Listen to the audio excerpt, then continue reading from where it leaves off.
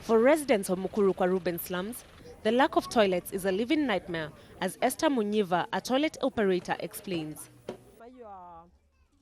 In our area, there are no sanitary facilities as most of the land is occupied. Therefore, residents have been left to use unhygienic means of disposing waste.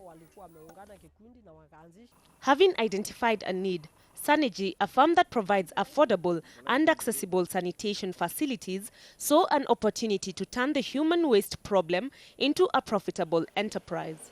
The reason that we started in the informal settlements in Nairobi were twofold. One, huge opportunity and challenge. Over 80% of the population here does not have access to a good toilet. Two, people are already paying to use sanitation facilities, including pit latrines and hanging toilets, and other options that weren't hygienic or dignified.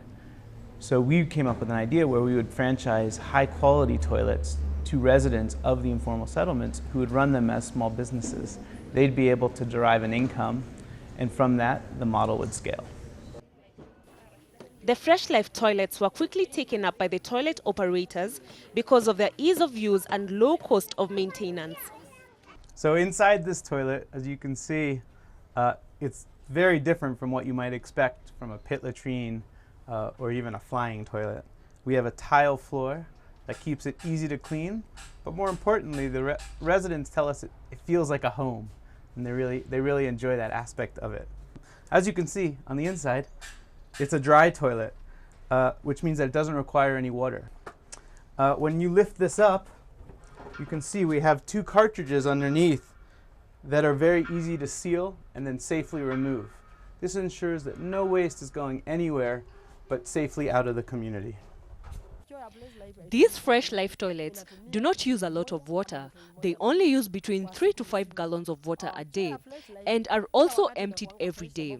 My customers even comment that my toilet is fresh and clean, and this makes me make more money.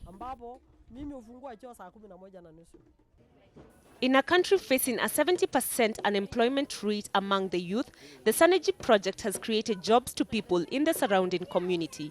We're creating a significant amount of economic opportunity. We have 275 entrepreneurs. They've hired 135 people. And then on Saneji Fresh Life staff, we have about 200 people.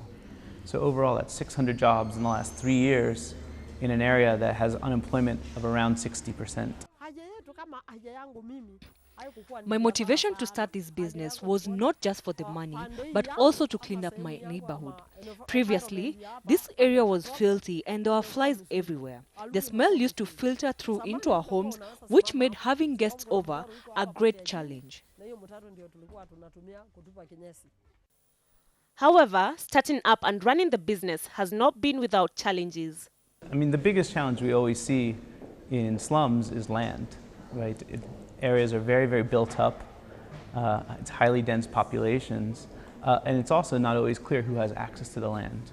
So Saneji took a very targeted approach of working with members from the community, including entrepreneurs, landlords, and schools who we knew had access to land, and that helped us solve that challenge. There's a huge advantage of this too, which is that when the community invests, it becomes a project of the community. So we have a lot of credibility and trust with the community we serve. Currently, Saneji has a small pilot for biogas production, but plans to upscale its operations into other informal settlements. Over the next couple of years, we're going to expand this considerably so that we're first able to provide it to power some of our own operations, and then in time, we're really excited to be able to partner with the government to be able to hook it up to the grid.